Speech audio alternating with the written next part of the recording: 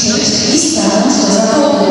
Więc cieszę się kochanie, że już jesteście, wszyscy, którzy jesteście, już jesteście zwycięzcami.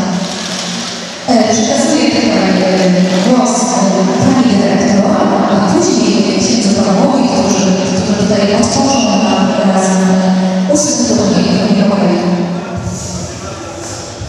Dzień dobry, witam Państwa bardzo serdecznie, bardzo dziękuję za zaproszenie. Cieszę się, że po raz pierwszy będę mogła uczestniczyć w tak ważnym imprezie sportowej.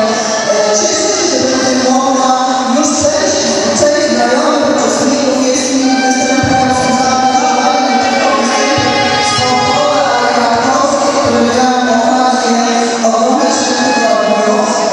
Myślę, że wszyscy będą, tak jak Krzysztofa powiedziała, zwycięzcami i już są. Życzę samych sukcesów, zwycięstw i wszystkiego dobrego.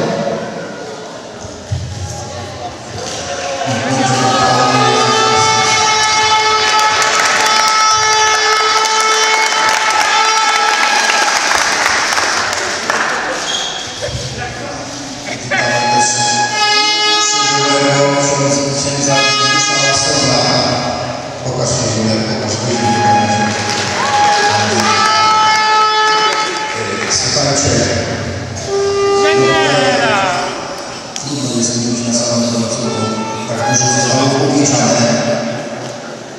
Wszyscy tutaj zebrani na pewno już wygrali. Życzę wszystkim miłej zabawy. Jesteśmy tutaj przygotowani na wszelkie ewentualności. Jeżeli jakaś kontuzja by się zdarzyła, to tutaj jest punkt sanitarny, jeszcze medyczny. Ale pamiętajcie o bardzo ważnej rzeczy. Bez względu na wynik,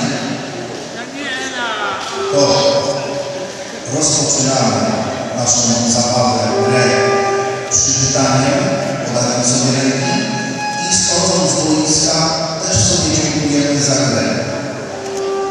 I życzę Wam, żeby to nie były puste desy, bo podczas meczu jesteśmy przeciwnikami, ale przed meczem po meczu jesteśmy znajomymi, przyjaciółmi i o tym trzeba zawsze pamiętać.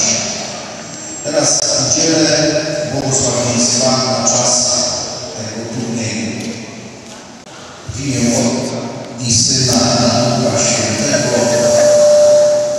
Ojcze nasz, któryś jest w niebie, święć się imię Twoje, przyjdź królestwo Twoje, bądź wola Twoja, jako w niebie, tak i na ziemi. Chleba naszego powszechnego daj nam dziś. Odpuść nam nasze winy, jako my odpuszczamy naszym winowajcom. I nie wódź nas w pokuszenie, ale nas zbaw od złego. Bardzo prosimy powstanie widzów też. Jesteśmy wszyscy w jednym budynku i teraz wszystkim błogosławieństwa na ten czas rozgrywek wspólnego przebywania. Pan z Wami. Niech Was błogosławi Wszechmogący, Ojciec i Syn